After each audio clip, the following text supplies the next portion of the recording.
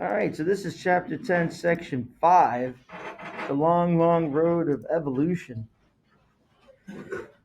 And we're going to talk a little bit of how we're furthering our understanding of evolution. Paleontology is the study of fossils and extinct organisms.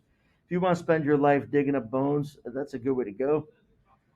Um, they're looking here at something that was 40 million years ago, 50 million years ago, 52 million years ago. So 52 million years ago, there was something that looked like this. And then 52 million years later, it looked more like this. And then, you know, 10 million years after that, it looked more like this. And now it's a whale.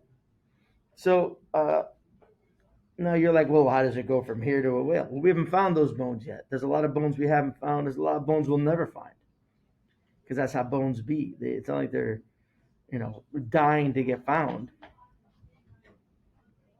You can also look at DNA, right? The more similar the nucleotides of DNA are, the more recent their common ancestor is.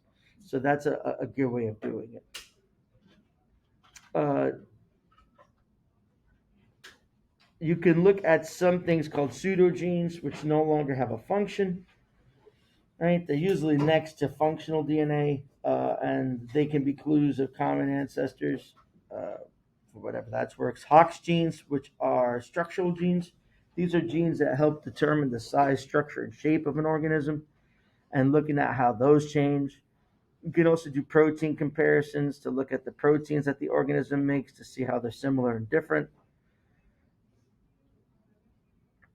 There's a lot that is currently done to do evolutionary comparisons. But now it's more along the microbiology level, bacteria and viruses and how they're related. Back when I was in high school, there was more of the Human Genome Project and how that's related.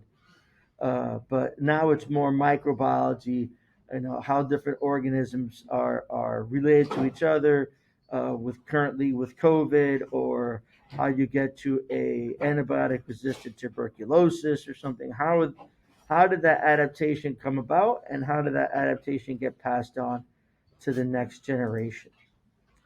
And this is where you're seeing more of it, because you can actually see the evolution of a bacteria uh, within a lifetime of a person within a few years.